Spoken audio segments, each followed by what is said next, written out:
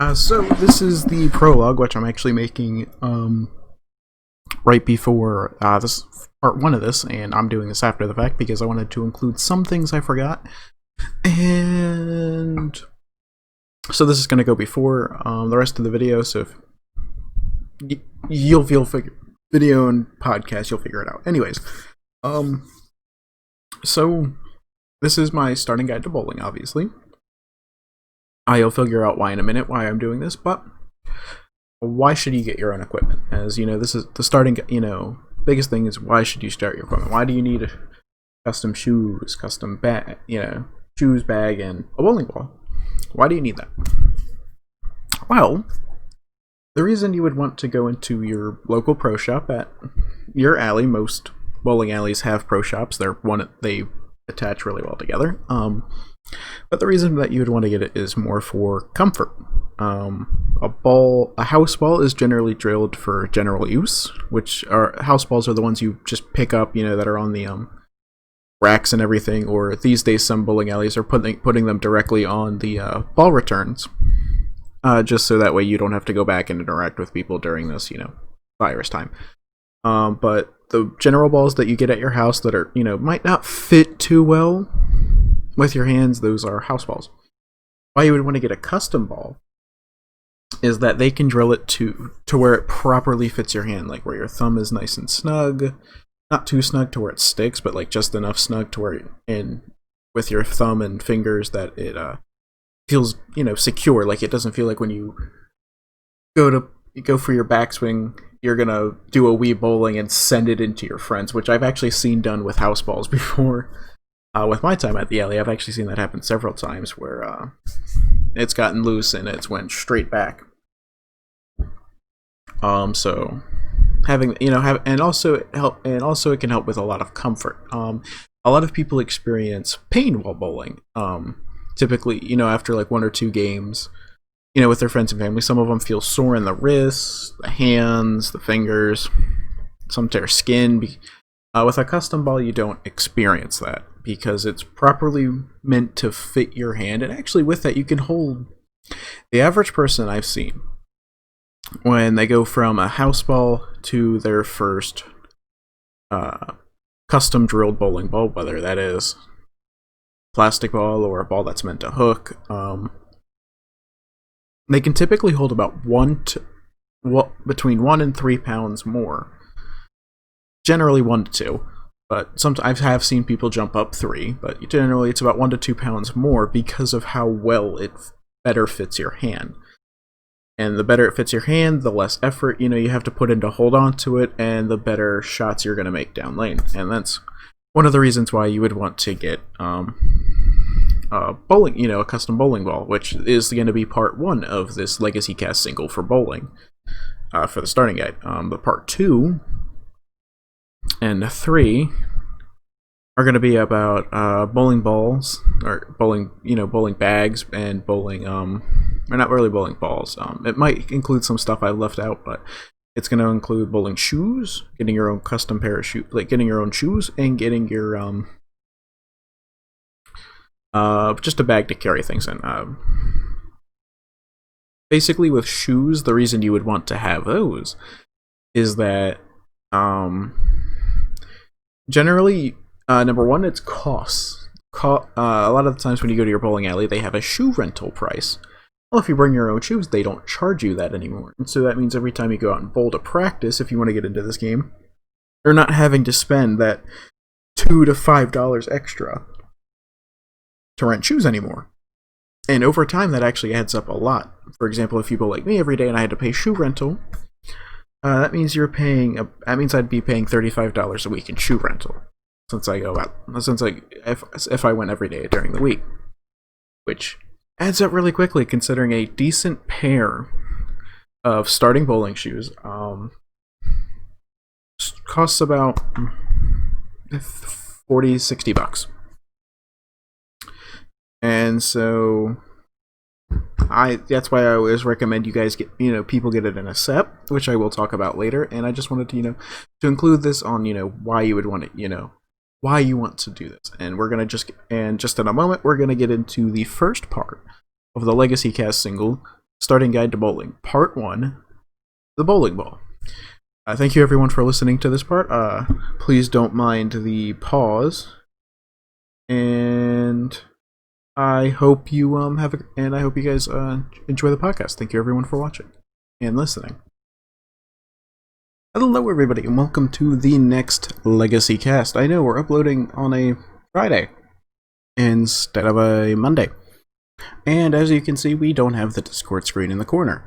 Blasphemy, I hear you say. Well, I thought we could expand the podcast just a little bit as the main Legacy Cast, with my discussion with everyone in there, seems to be going into the direction of entertainment, more toward, bowling is entertainment in of itself as well, but I mean more towards the crowd and judgment of movies, animation, and TV shows, that kind of stuff. That seems to where that podcast is going to be heading at the moment, at least for the main special.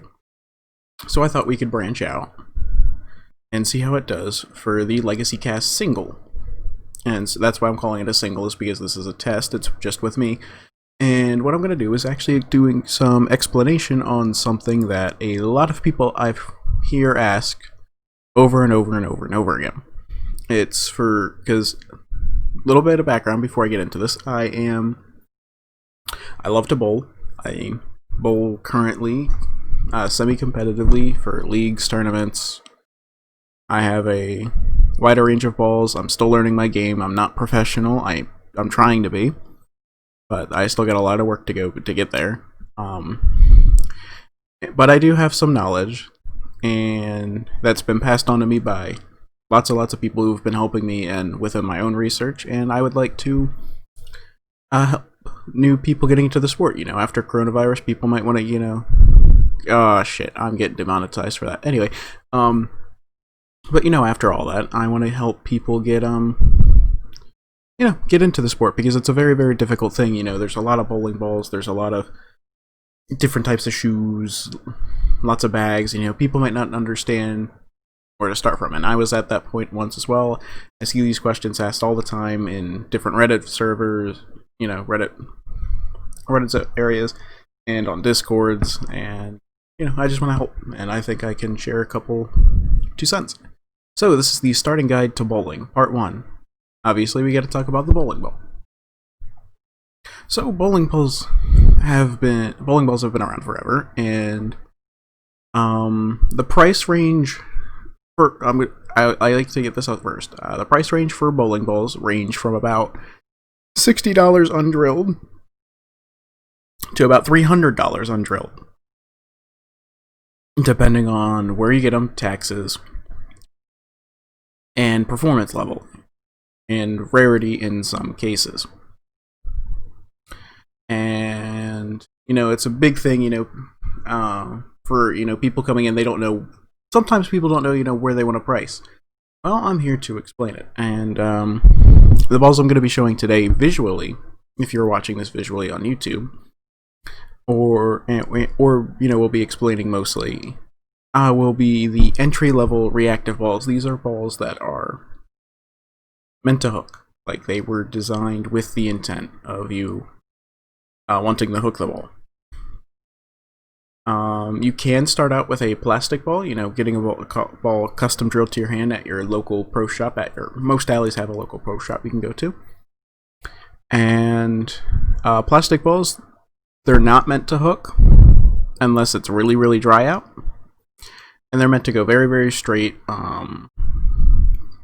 Typically, a lot of people use them if they do plastic balls do hook for them. It's because their ball speed is so low.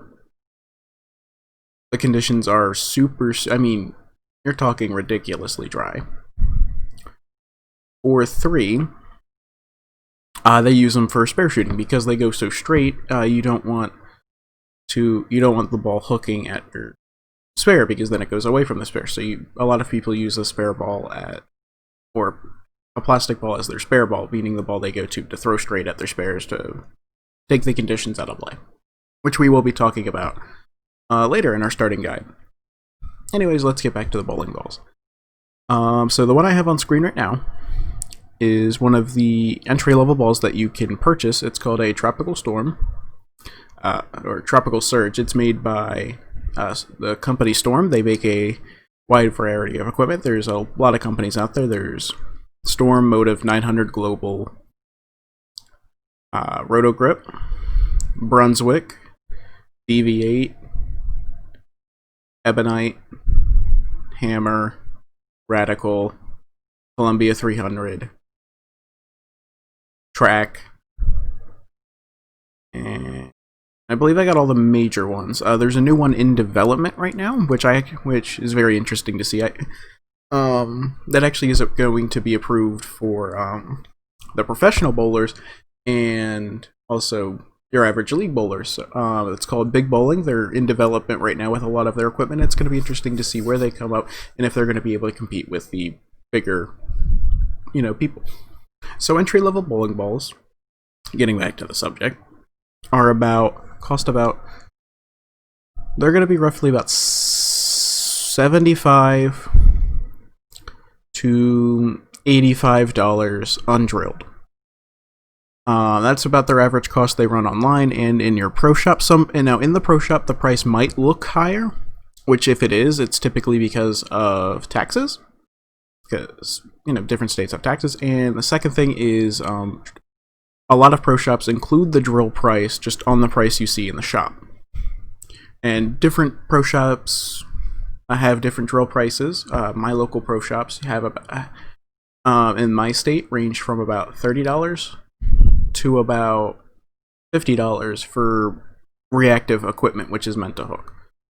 Plastic equipment, if you do go that route, and just want a casual ball, low cost, just a bowl for fun, something that fits your hand, that will do the same thing as a house ball, which is to go straight. They will range. They sometimes have a lower price to drill. Some don't. Some do. It depends on it depends on the pro shop operator as their individual businesses. So the one on here I have is a Tropical Surge. It's from the Tropical line that changes every so often. So you have like your Tropical Heats, your Tropical Storms, which I got it mixed up earlier because they both have S, and you have your Tropical Surge, which is the newest line that's come out. Which entry-level balls typically come in a range of colors, which I'm actually going to show you right now. This one I have on screen is pink, purple, and a little bit of dark blue. And then the one I'm going to show you next is also a Tropical Surge. It is bright, like cyanish blue, to describe it to the viewers who are just listening, and it is a darker blue with orange lettering. If you're wondering what the second shape is here, for those of you who are watching on YouTube, it's what the core inside of a bowling ball looks like, which I'll get into that later. Just know that's what's inside the bowling ball. But typically entry-level balls come just almost like plastic balls. They come in a variety of colors, which will make them react just a little bit differently, but typically entry-level balls, most of them react the same from company to company, with a little bit of nuance here and there. And the different colors, they typically react the exact same to one another, with a little bit of differences here and there, as colors does influence ball reaction, which I'll actually get into when we talk about that. Believe me, we're going to be doing we can do several podcasts just on the bowling ball itself, which I think will be really fun to do. Anyways, so as I've seen, I like to be fair. I typically like to use Storm and Roto equipment. It's what's rolled best for me. I'll actually get into my arsenal in a later video, but I like to show other companies, as I think all companies make really good equipment. And they all have the potential to make really bad equipment, depending on who they are. Like, not really who they are, but more, sorry, that was wrong. Just depending on the ball, as not all balls react well for everyone. But I like to show all, other people's equipment just to have people get a big range, as some pro shops carry a little bit more equipment of one than another. Like, my local pro shop carries more Storm and Roto equipment. Other pro shops I've seen carry more Ebonite equipment, which is more Ebonite, Track, Hammer, Columbia 300, and some carry more Brunswick style equipment, or Motive equipment, or 900 global equipment. It just depends on where you are, and depends on, you know, who the pro shop operator likes to do a lot of more business with. Anyways, on to the next ball. These are the boost balls. These are the entry level options, same price roughly as the Surge, about $75 to $85. And as you can see, they come in a variety of colors. For those of you who are listening, they go, basically the colors of the ball is a mix of white and purple, purple, blue, and black, purple and green and black, orange and yellow, and red, like a mix of lighter and darker red combined. You can look all these up. I think entry level balls are getting very, very vibrant, and they're actually doing that for a reason. It's for even the higher end stuff now. It's to just attract more people, you know, in a day where all these companies are making really, really good equipment, and a lot of people choose bowling balls by color. They really shouldn't, but you know, we all do it. Not all of us do it, but you know, a lot of people do it when they're choosing their first bowling ball or their first couple bowling balls, and they don't really know all the nuances of bowling, you know. So that's where they've gone with more vibrant colors to eye appeal. You know, you want something that looks nice when you bowl. So these are the 900 global boosts. I haven't seen too many of them around my lanes, but from what I can see, they pretty much are very, very, very, very similar to the Tropical Surges. Something I have seen, though, is the next one, which I've seen a lot of these. I've seen a lot of Brunswick Twists, which is the Brunswick entry-level option that's very, very, very popular. For those of you listening, they have the green and black.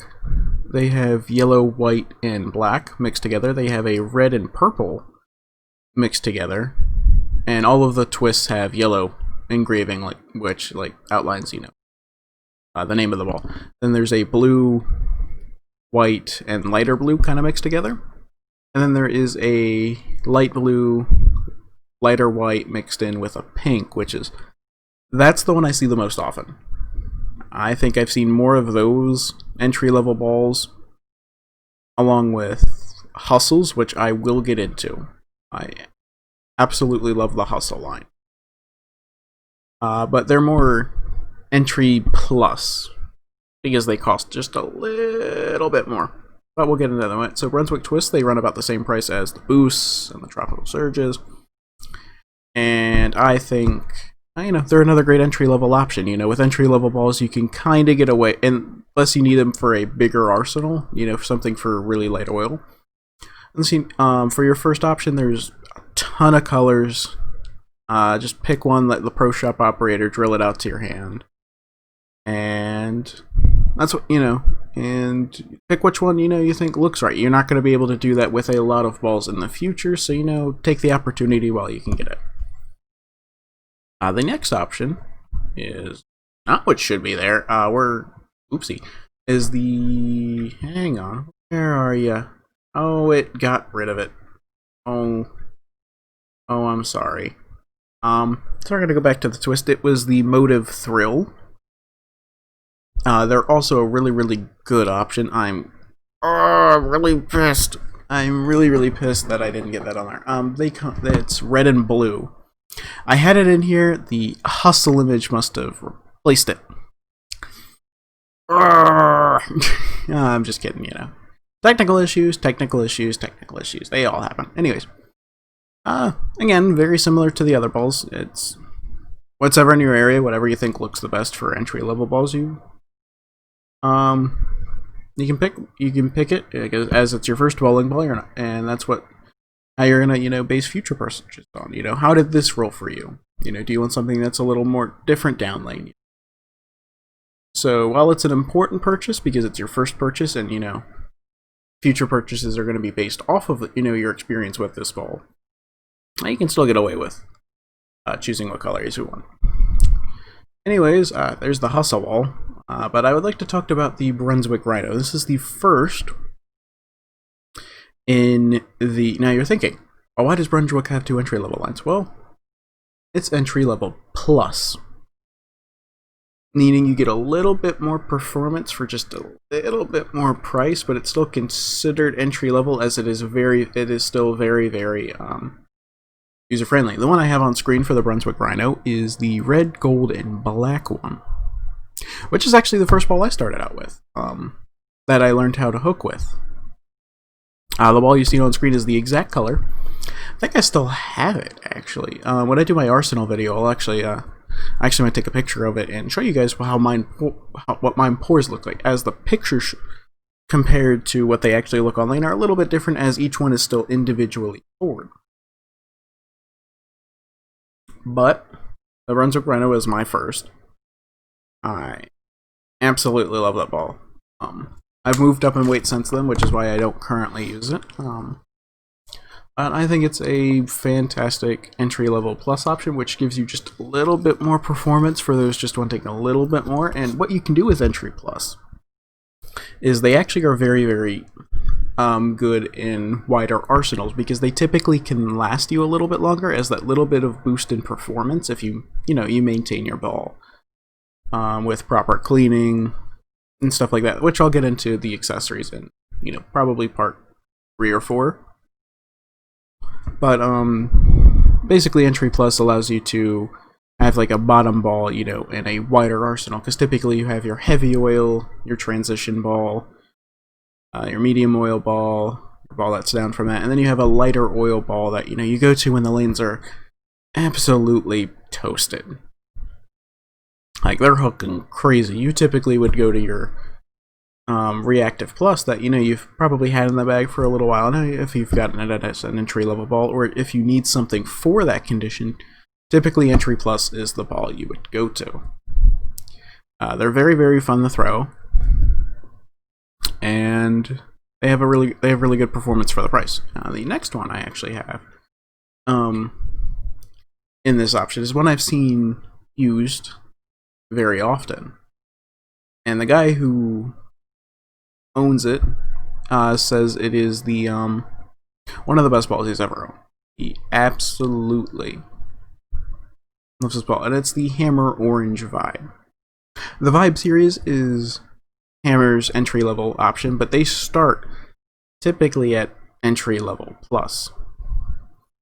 And I've seen these go down the lane. They act like any other performance ball in the right hands.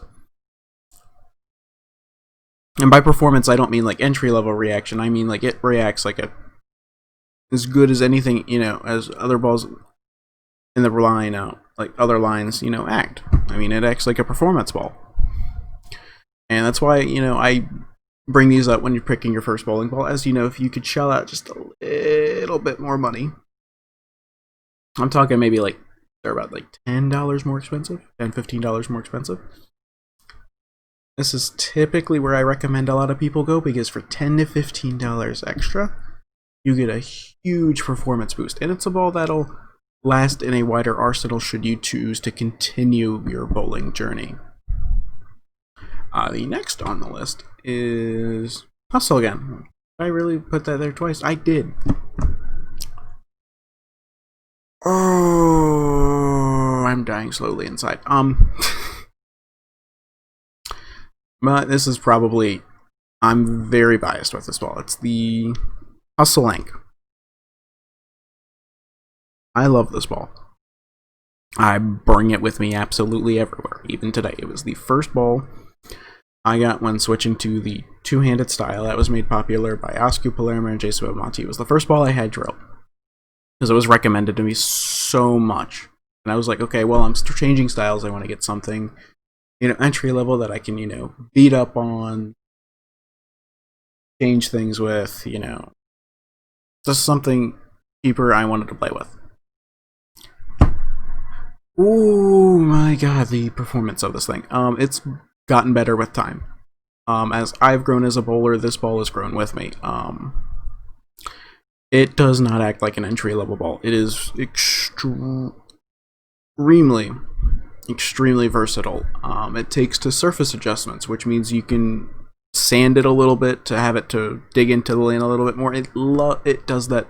Because some balls, they'll fight it, and they don't like it.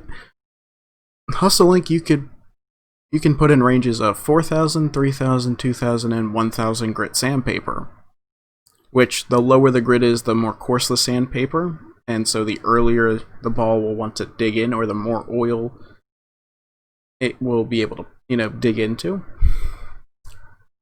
Hustlink takes that very well. It comes factory polished, which allows it to, it comes factory polished. I don't really like factory shine, but on this one I kind of liked it a little bit. I don't know why. I think what they did with this ball is something special. Now, I haven't thrown the Orange Vibe, so I get the Orange Vibe from other people is pretty much what the Hustlink is saying now. So, if you don't really like the Hustlink, or you want something, different color, but, very, very, very similar performance, Orange Vibe is probably that ball for you. But the Hustlink, I just think, is in a league of its own. It's for the price point of $10 to $15 extra, so I'm talking it costs $80 to $90 is what it'll cost the average person undrilled. 30 to 50 add on to that for later times. I've probably used this ball more than anything else in my bag, to be quite honest, just because of how versatile it is. It has no problems. It honestly has no problems as the lane starts to burn, just moving left with me and getting deeper and deeper into the oil. I've never had it quit out on me unless I've thrown a really, really bad shot or gotten into the oil or gotten deeper too early. I think any of these options are fantastic choices, obviously. I'm personally biased towards the Hustlink and the Rhino more because that's what I started with. Hustle more when I started with two-handed. When I first started getting into hooking the ball, the Rhino is what I got into. I think you can't go wrong with really any of these choices. I think you're doing a disservice if you're thinking about taking, not doing a Hustlink, or doing a or a performance plus ball like a Vibe or a Rhino. I think it's a disservice to consider those out. But if you're just getting in and you really don't want to pay, you don't know if you're really gonna like bowling, but you still want to maybe learn and hook the ball, I think the options I spoke about before, like the surges, the boosts, the twists, balls like those, I think those, and thrills, I think those are perfect options. For that. Bowling is like golf, you have tools for it. I think there's a lot of good options out there. I don't think one company surpasses the other. I just think you gotta find what works for you, because it's a really interesting thing with bowling. I'm going to go off on a little bit of a tangent since I've kind of talked through, what I want to talk through.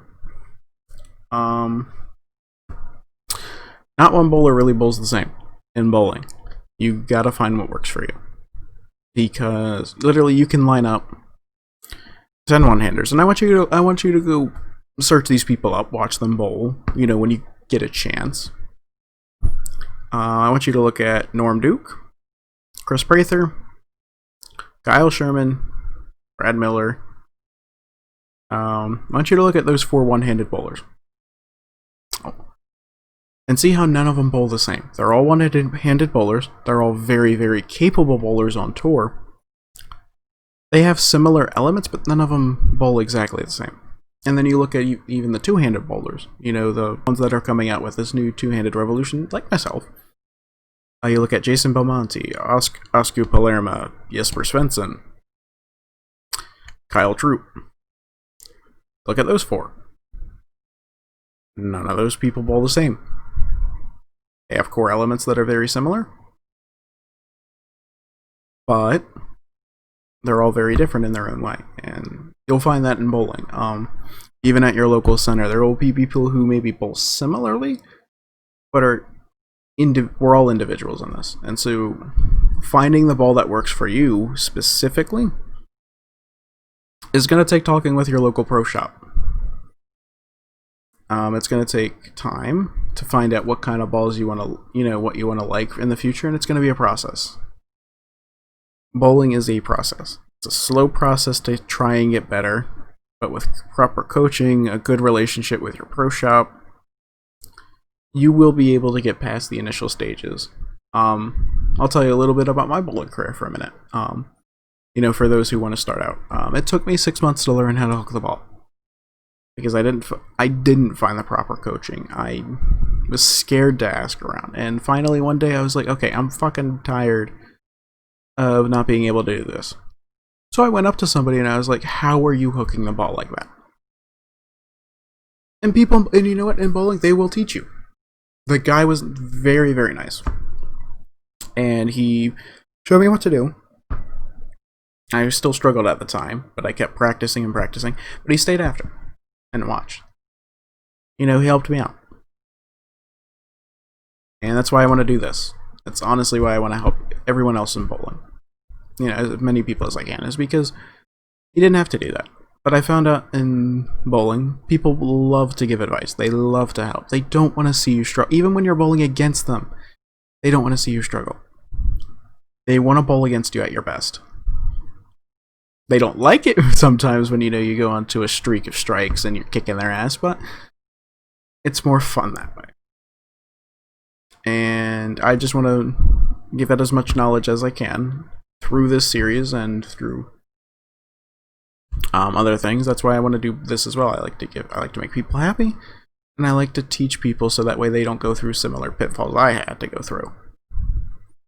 Because I love bowling against new people, and I hope you all take this.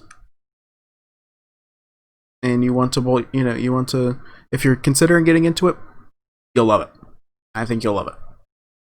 It's frustrating, somewhat time consuming, but it's a hell of a lot of fun. You'll meet lots of friends. That's one of the biggest things with it. I've met so many friends doing this, just from people coming up and asking me, different things. It was really, really funny. I've had people come up to me and, like, oh, you bowl like that one guy on TV. I'm like, no. But they love watching.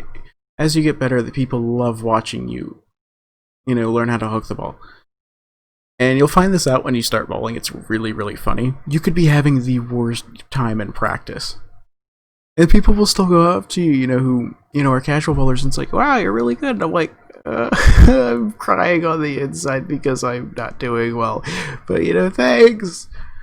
I've had that happen to me so many times on, like, Friday night bowling. And it's fun. And I want to share that fun with other people. And so please join me with this podcast with the Legacy Cast single on our introduction into bowling together. I hope to take you on a journey. I hope you learned a little bit today about the entry-level bowling balls. I'll get into different factors into it, like all the numbers into it. We'll get through that later on. We're going to start at the very beginning. The entry-level bowling ball, picking out your first one. And we'll slowly get into more advanced concepts, which I might be able to bring a couple people on. I really, really hope I can, who do know more about bowling than I do. Anyways, I thank you all for watching. Subscribe for more Legacy content, and please check out our entertainment podcast on film industry that we've done on Star Wars, the sequel series, where we literally just bash the sequels, but we also say what we like, what could have been improved, and what we hated. I think it's a pretty fair assessment. Because we do say what we like, what we don't like. We gave honest assessments of it. And I want to see all you there for future podcasts and entertainment section. I'll give you guys a little bit of hints on what we're thinking. For what we've mentioned, and what can you expect? The Clone Wars series, I think we'll be having a set of podcasts because it's so long. We might do a couple on it, Mandalorian, Transformers, Lord of the Rings, all that stuff's been mentioned. I don't know what's going to come, but I think it'll be fun. Please join this journey with us all. I will see all you guys in the next podcast, and for those of you listening, please tune in for other podcasts. I would love to have you guys. Anyways, thank you all for watching and listening. Subscribe for more Legacy content, and I hope to see you guys next time. And hope you guys listen next time. This is really awkward.